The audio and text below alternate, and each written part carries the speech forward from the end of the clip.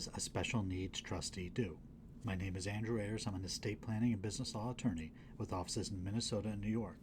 And today we're going to talk about the role of the trustee in your special needs-based estate plan. Now, before we get started, let's talk about the three different types of trusts so we understand what a special needs trustee is going to be involved in. First is a first-party trust, which is a special needs trust that is funded with assets that belong to your family member.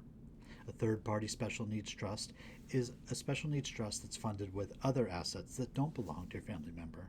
And a pooled trust is a trust where a variety of individuals pool their special needs trust assets together, usually with a not-for-profit or a charity that will do the administration for you. Now, once we set up the trust, one of the biggest questions we have is who is going to be the trustee? Now, in any type of trust, you have a trustee, and that's a very important role for you to fill. So whether you're doing a special needs trust or just a basic revocable living trust, or if you're creating a testamentary trust under your will, one of the key roles is going to be the trustee. Now, the trustee is the person who administers the trust.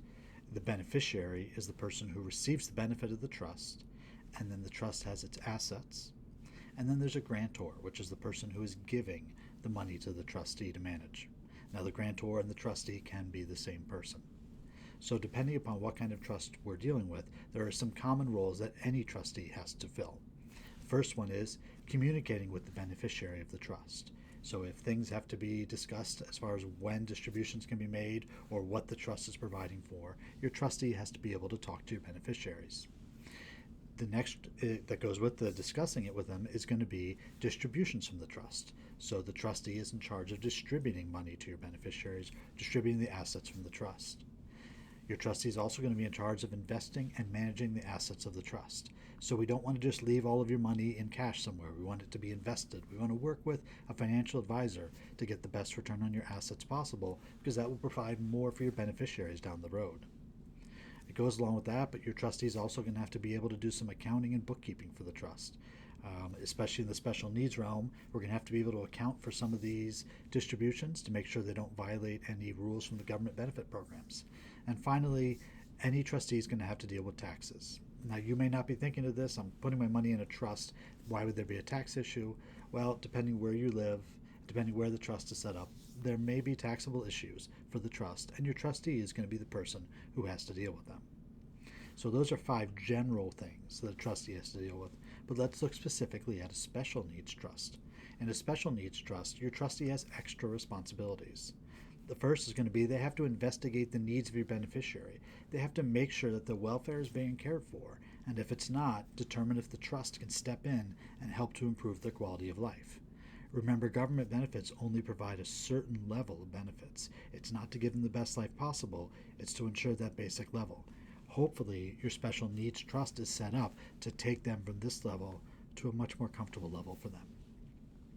And that is also the second role that the trustee has to serve, which is to confirm that the beneficiary remains eligible for those government benefits. So we want to take them up and give them a better quality of life. We want to make sure that those expenditures do not disqualify them from their government benefits.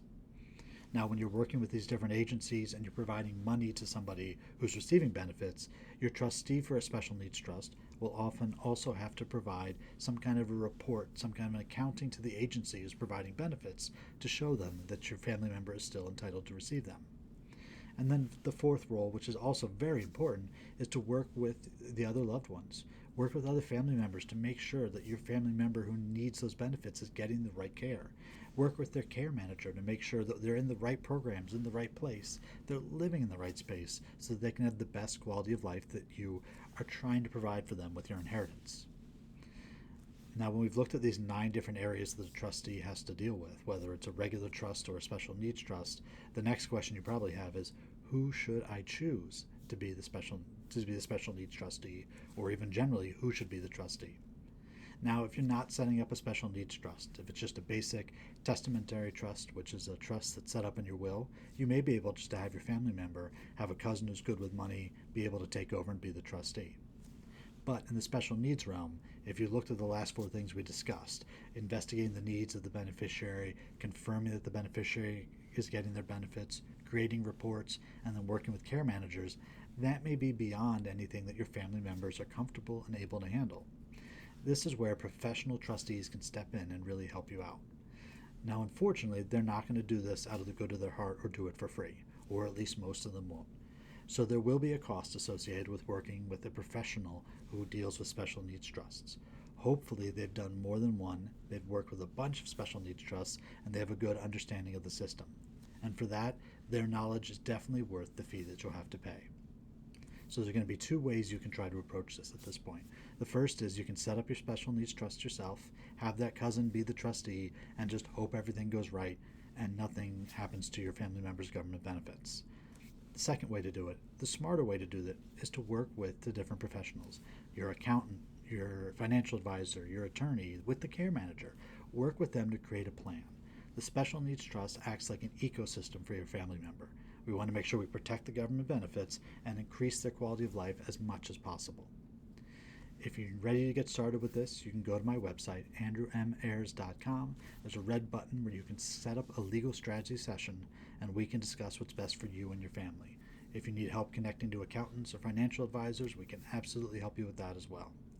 This is not something you should just take lightly and hope and pray that the right person will be around to take care of your child. You don't want them to lose their government benefits that they depend upon because you didn't take the time to properly plan out your special needs trust.